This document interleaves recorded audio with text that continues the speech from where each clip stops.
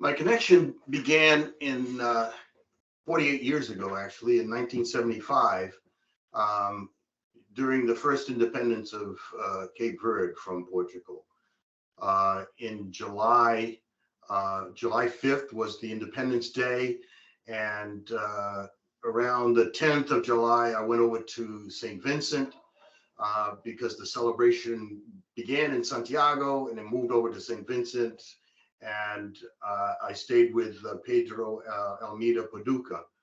And we went over to Sant Anton for another get together with John Peter Santos.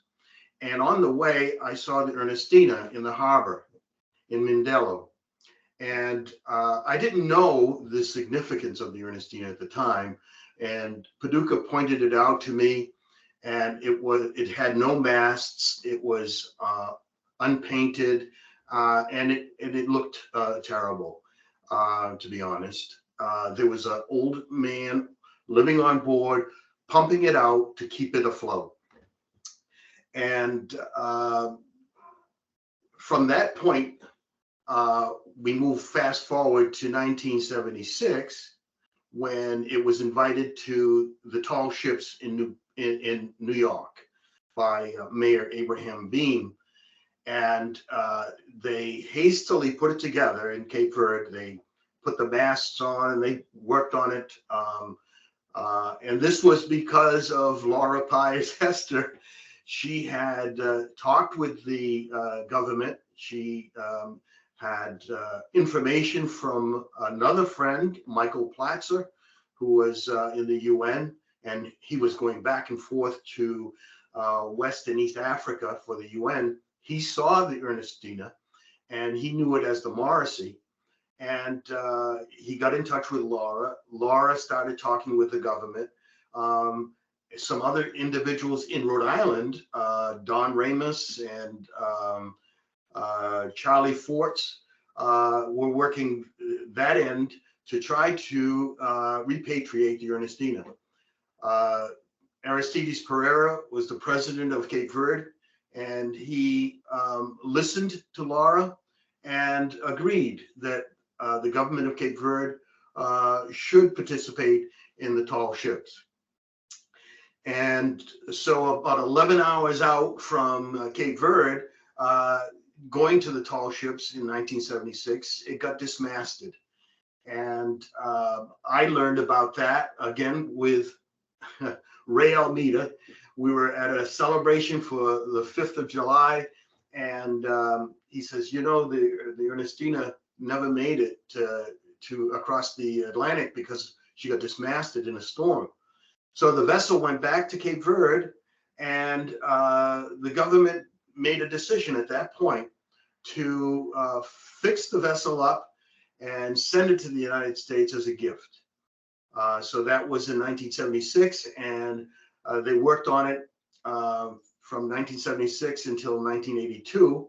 During that period of time, Governor Dukakis had made a commission for the Ernestina, and he appointed me as the first commissioner to receive the vessel from Cape Verde. My role during the time from 76 to 82 was to be the liaison between William Baker, who was the ship's architect for the Hart Nautical Museum at MIT. He had rebuilt the Mayflower, and he was on the commission with me. And he gave me plans. I would get them to the State Department. The State Department would pouch them over to Cape Verde. Cape Verde would continue to work on the vessel. We got pumps that they needed that they couldn't get elsewhere in Europe. We got pumps. We got nails from the Tremont Nail Factory in Wareham. They were the only factory in the country that had the square nails that were originally used in 1894 on the vessel. And I remember walking into this old building at the nail factory, and this old gentleman listened to my story about rebuilding the Ernestina. And he says, I think there's some nails over there someplace. Check it out.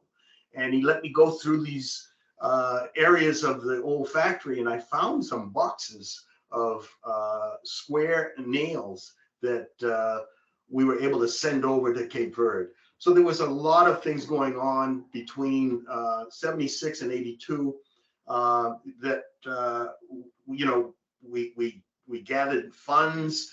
We did everything we could to help Cape Verde rebuild the vessel and send it over. In fact, my mother, she raised more funds doing different sales. We went out of Falmouth Heights over to Martha's Vineyard with Jorlai Gonçalves and Cape Verdean bands on the Viking Queen.